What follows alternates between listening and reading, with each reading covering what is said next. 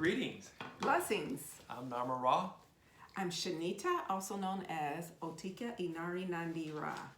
And we're coming to you today to do a video on the values or the attributes of MAAT. We've done previous videos on MAAT music, and we explained the 42 laws of MAAT in detail. So these are the values or attributes of MAAT. I wanted to also remind you that our sponsor is Ancestral Essentials, your one-stop shop for your herbal teas and supplements to boost your immune system. And I'll put that website in the comment section of this video. What we're going to do today is there are 9 basically, or 7 or 9 different values of MAAT, and we're going to talk about those. The first one is order. Order. Well, you know, in life, we start off, children start off learning their ABCs. You have to learn that before you can learn to read. You have to learn how to learn to count numbers, then you learn addition, you learn subtraction, before you learn multiplication and division. And you learn that before you learn algebra. You learn algebra before you learn geometry. So our lives are set up in an orderly fashion. So you have to learn how to crawl before you can walk. You have to walk before you can ride a bicycle. Mm-hmm. So our whole life is designed in an orderly fashion. And our ancestors knew that. So the first value is order, having an orderly life. You want to just learn things in a progressive manner, and that way you're off to the right track in your life. Our ancestors built the pyramids. They built great monuments all over Egypt, and you had to do that in an orderly fashion. Exactly. Thank you. Well, order is essential for progress and building, as my husband just mentioned. It is the necessary attribute and foundation of creation itself. The stars, galaxies, seasons, and all growth has a beginning, a cycle, and an ending that is in precise order. The sciences are all based on order. We know that. Function and order are a unified process that follows a systematic order. Order is mandatory for civilizations to flourish. Kemet flourished for 5,000 years, and America is only 250 years old. So how did Kemet flourish for all those thousands of years so well? It was because of an orderly society. Families and all relationships have to maintain order to make sense and to be cohesive. Like any functional operation, the family structure is important. In stable families, husbands and wives partner to establish family goals and responsibilities. Grandparents, in-laws, and extended family have a responsibility as well. To be involved, to give support and love to the marriage and the children. Beating children and arguments in the home make the foundation crumble and causes children to have poor health and dysfunctional behavior. Breakdown of order leads to divorce and financial ruin. So you can see the importance of order. Order is in symmetry and design. The sequence of all living things require order to exist. One of the most beautiful manifestations of order is the human body and a sane mind. Fantastic. I enjoyed that. Thank you. The next value or attribute is balance. And when I hear this word, I often think about the balance beam that gymnasts have to walk on in a competition. If they get too far to one side, they'll fall off. So they're trying to keep balance as they do flips on the balance beam. So this attribute tells us to be level. You don't need to be a workaholic. Take time to vacation, enjoy life. You just can't work all the time. You have to have balance, have time to vacation. There's a time for work and there's a time for play. You train our children to put their toys away. They can't play all the time. They have to have time for study. They have to have time to learn their lessons. So this is dealing with balance in our lives and our families' lives. The Europeans, the Asians, many of these people have more vacation time than Americans. Americans work much too long. They don't have the balance that the Europeans and the Asians have. So this is telling us to have balance in your life, in your family, in all aspects of your life. Exactly. Excellent. And because the Americans don't have the balance that's required between work and recreation, then there's a lot of dysfunction that manifests through the children and the families. Balance is an essential requirement to repel chaos. Keeping balance in life is important if one is to succeed. A balance of power in government promotes democratic rule and fairness. Balancing work and responsibilities promotes peace of mind. Excesses cause imbalance that leads to depletion and ill health. Extremism and fanaticism in religious beliefs causes friction and violence. Balance is priceless and ultimately rewards the wise with longevity and prosperity. Very good, very good. Thank you. The next attribute or value is called harmony. You think of harmony sometimes in musical terms. The definition of harmony is playing musical chords together for a pleasing effect. So how does this definition relate to our lives? Live in harmony with your neighbor. Live in harmony with your environment. Live in harmony with your family. Be pleasing, be peaceful. You don't want to destroy your environment by cutting down trees unnecessarily, by strip mining the land, depleting it of minerals and leaving just big holes where the land is ruined. So you want to live in harmony with your environment. Harmonious music pleases our ears and our soul. So we should live in harmony within our family, and our workplace, and our community. That's right. Living in harmony with others brings sweetness of life. An orchestra has many different instruments that synchronize to make classic symphonies. Marriage and family ties that are in harmony are wonderful. When someone is out of kilter, an important aspect of their thinking is not in tune to their environment and can lead to antisocial behavior or warped thinking, which often leads to mass shootings. Our mind, bodies, and spirit must be in harmony to experience the full gusto or fragrance of life. Harmony blends all that exists to create something marvelous. Fantastic. Thank you. The next one is two together, propriety and compassion. And I want to define that. Propriety is the state of conforming to conventionally accepted standards of behavior or morals. Conventionally accepted standards of behavior or morals. And compassion is pity and concern for the suffering of others. Our ancestors established values and morals. Our society today has gone in the wrong direction compared to our ancestors. Do we really have compassion for the poor, for the less fortunate? Why does our government spend billions on weapons of mass destruction instead of using our tax dollars to help the less privileged? Our government spends billions on, as I said, for the military, but we don't have universal health in this country. They're not really showing compassion with our tax dollars. Why do we have drugs in our society? Why is there prostitution? Why is there pornography? These are not the right values that we should have in a society. We need morals of behavior to be a great society. Today, the billionaires are now going up into space. They're not spending that money on helping the less fortunate or even paying their workers a decent salary.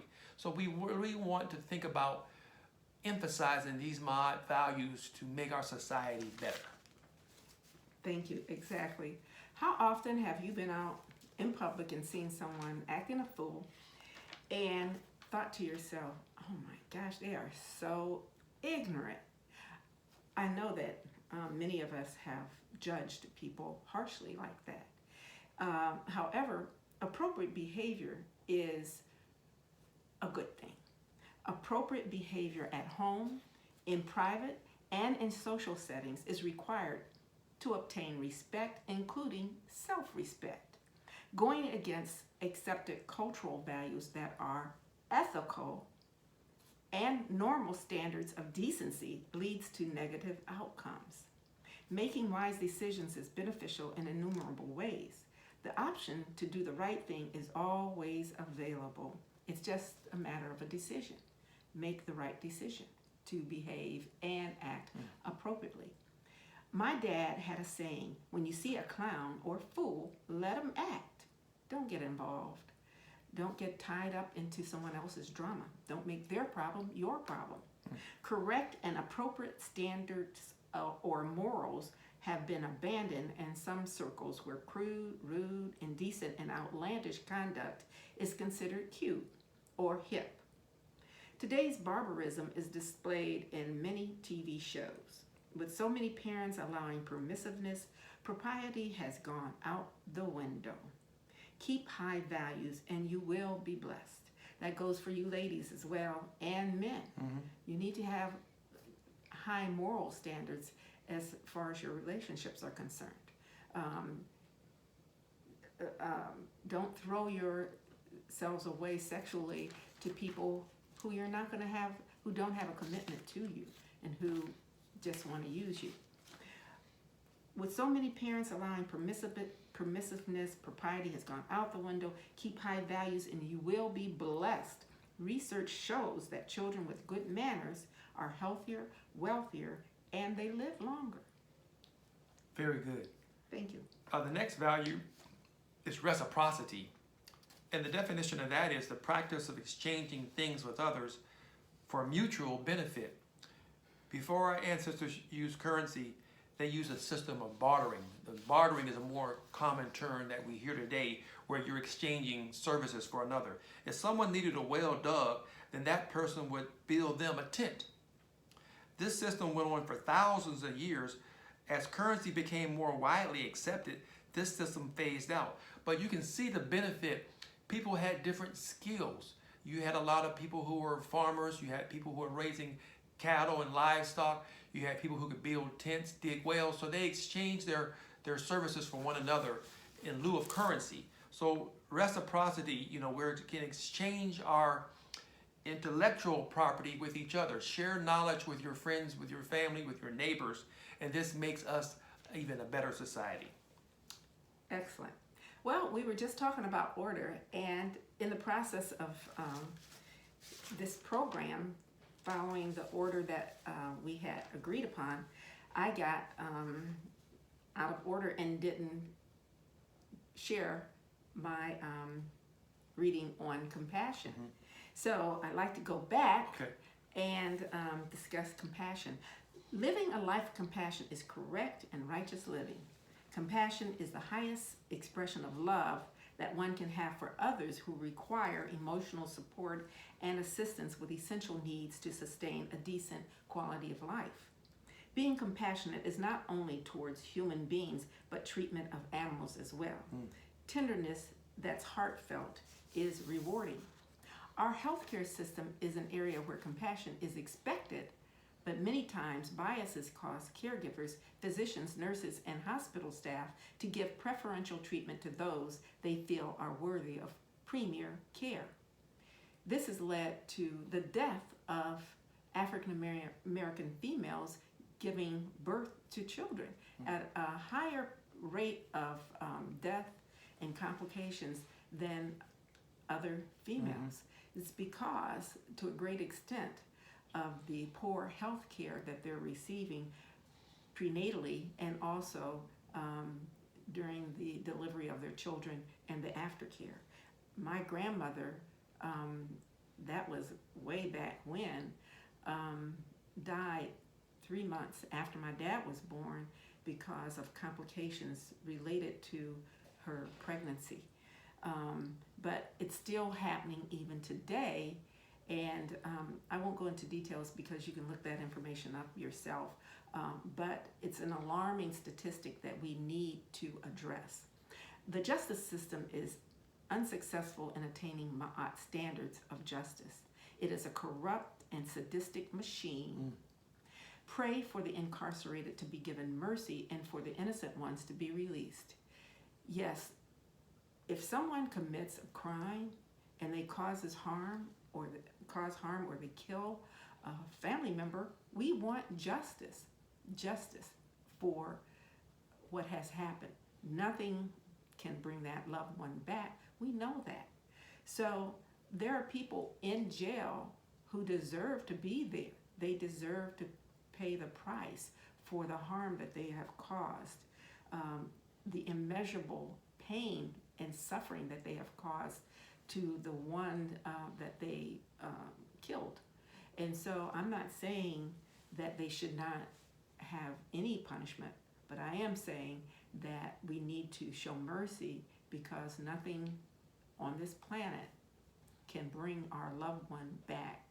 So in essence, no prison system is compassionate. What they experience in jail is inhumane. Bars and chains are not designed for rehabilitation or justice, but for caging, crucifying, and demolition of souls. Very good. We don't want that. Wow, thank you. Okay, you have reciprocity now? Yes, thanks. See what I mean? When you get out of order, you have to get back in line and bring things back in order so there can be harmony. So now I'm on point or on track, bringing the topic of reciprocity to you. The good that you do will always come back to you like a boomerang. As a matter of fact, those lyrics were put in a song that Mahalia Jackson made famous, and that my mother used to sing in our home while in the kitchen. Either washing dishes or cooking. She was always singing marvelous songs to inspire us and to bless us. So it went like this: the good that you do will come back to you. It don't cost very much. Anyway, so out of the kindness of your heart, give generously, especially to those who have blessed you. We're still on the topic of reciprocity. Don't let my singing throw you off. Remember their kindnesses and don't take them for granted. Always show appreciation to people who have blessed you. People don't have to show kindness to you. My dad used to always say, people don't owe you anything. Don't think you're so special that you deserve whatever honor they may bestow on you. Your ego may cause you to be pompous and ungrateful. Selfish people don't reciprocate or give back to make the world a better place. They wind up unfulfilled and unhappy with the way their lives turned out, despite their hoarding, self-interest, and maneuvers to use others as stepping stones to achieve their goals. Fantastic, fantastic. The next value is truth. And wow, we can talk probably all day about this in this current climate where truth is not valued anymore, especially in the previous president. Truth, the definition is that which is true or in accordance with fact or reality. You can see our society has gotten away from truth. Today, lies are embraced instead of truth. Millions of people believe a lie regarding the last election when the truth was evident. Our media, unfortunately, spreads lies daily. Our ancestors knew the importance of truth. We must hold our elected officials to a high standard or a higher standard than ourselves. Do not accept lying from our politicians, from our elected leaders. The truth is important. Keep our standards high for ourselves, our family, and our elected officials. There's an old saying, as a lie spreads, sooner or later the truth will get its shoes on and catch up. Oh yeah, that's very good. But we've gotten away from the truth in our society, and that's so unfortunate. Absolutely. Truth is sometimes difficult to accept because it may not gel with whatever you thought was true, or it may not be what you were taught in life. We have to unlearn all the lies that we were taught by sometimes well-meaning people. This I know is true, that good is more effective than evil, and it will always prevail in the end. I was taught that by a professor, Chief Shawande, and that was at Kent State University in the Pan-African Studies Department. And he taught me that very valuable lesson. And so throughout the rest of the years of my life after that lesson that he taught, it gave me perspective, regardless of what situation I was assessing, regardless of what was going on in the world, regardless of the injustices. I realized that truth will always prevail, and that gives me a strong sense of satisfaction, knowing that it will. You may not live to see it, but it is an unfailing principle. So regardless of how circumstances may appear, always stand on the side of truth, and ultimately truth will win out. And there's another saying: the worst deceit is self-deceit. Don't trip yourself up and believe lies about a situation that because you may want to see it some way, and it may not actually be that way. The facts don't bear that out. So stick with the facts, know the truth, and the truth will set you free. It sure will. It certainly will. The last two we're going to talk about are righteousness and justice. Definition of righteousness: acting in accord with divine or moral law. So you can see there's a lot of these values are dealing with moral law, acting in accord with divine and moral law. And justice is just behavior or treatment. Our ancestors understood to have a successful society, you have to have guidelines. They treated each other justly. By following the 42 laws of MAAT, they had a righteous society. Justice also deals with making things that are unfair, fair. Making things that are unfair, fair. Should the wealthy receive tax breaks? Should someone receive a harsh prison sentence for a minor crime? There's a case in Louisiana, someone stole a bag of potato chips and they received a 20-year prison sentence. Totally unjust, but this happens in our society. Our society isn't always just or righteous. Our ancestors in this country endured 246 years of slavery, 100 years of Jim Crow laws where you couldn't ride anywhere you wanted in the bus. You had separate but unequal bathroom facilities. You couldn't sit anywhere in a restaurant. This went on for 100 years until the Civil Rights Act of 1964 was passed and the Voting Rights Act in 1965. So our society was unjust from the founding. And it took a mass movement by our ancestors here to get the laws changed. But unfortunately, laws can change, but it doesn't always change what's on a person's heart. So we still deal with injustice daily here in America. So you have to understand, you want to have a righteous and just society, and we're not there yet, but we're, hopefully more change is coming and we can get there. Excellent. That's right. Righteousness and justice. Righteousness is right thinking rooted in holiness and expressed through compassion. Let that simmer. Righteousness is right thinking rooted in holiness and expressed through compassion, acts of compassion. Justice is what everyone deserves because we are all worthy of mercy and love, regardless of the circumstance or history of folly. Only the pure in heart can judge righteously and dispense justice. Mankind has demonstrated that true justice is not broadly practiced.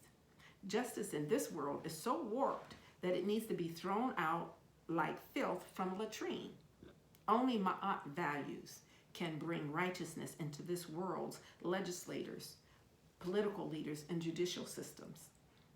Again, only MAAT values can bring righteousness into this world's legislators, political leaders, and judicial systems. Many jurors, judges, attorneys, cops, and parole officers are cogs in the wheel of a corrupt and oppressive prison industrial complex that opposes righteousness and justice and is a corrupt system that is a revolving doorway of re-entry and persecution. We talked about order, and I did get a little bit out of order, as you can see, and it sort of got the whole presentation into like a little bit of a glitch. But I did want to mention when I was presenting my section on truth, that the truth is being distorted especially as it pertains to our history and Black history. Racists, Egyptologists, geologists, pseudoscientists, so-called experts, and historians have defaced hieroglyphs and monuments in Kemet in an attempt to erase the fact that the builders of that civilization were all Black.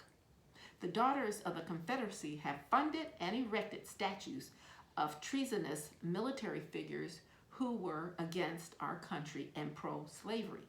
They have also dismantled the accurate history of our country by falsifying the public school curriculum to fit their twisted version of events. So I could have left that out to try to keep on track with what we were presenting, but I think that that's information that we need to be aware of, and we need to share that, and we need to counteract what they're doing to distort the truth. The truth crushed to earth shall rise again, like the phoenix. Awesome. That is really good. A good information, and I hope you guys have enjoyed this presentation. We want the MAAT values to be brought to everybody's forefront, so it can make our society a better society, make our homes better homes. That's right. Well, we remember to check out the Ancestral Essentials website for your one-stop shop for herbal teas and supplies of that nature. That's right. The values, the attributes of MAAT are very basic, and they need to be implemented in our culture in particular, because once we do that, then we'll have stability in our homes, in our marriages, in our families, in our communities, just like Kemet had for 5,000 years. We can achieve that, but we have to apply the values, the principles of MAAT, and when you do that, you'll see a major difference in what's going on in the world today. Be blessed, enjoy your day, and remember to apply these into your life. That's right. By the way, we have been married for 33 years, raised 5 children, we have 4 grandchildren, and we also have great-grandchildren. And we've been established doing activism for many, many years. We were both co-chairmen of the Anti-Apartheid Coalition in Ohio. We've been involved in the peace movement and in civil rights for many years. And we're a family of activists. And I'd like to encourage you to at least take the first steps in improving your lives and the lives of your family members by practicing MAAT values, and incorporate that into your lives so that it is something that your children appreciate and they reflect on. We love you, we appreciate you, and we're going to close out with a little tune. Got to get it in tune first.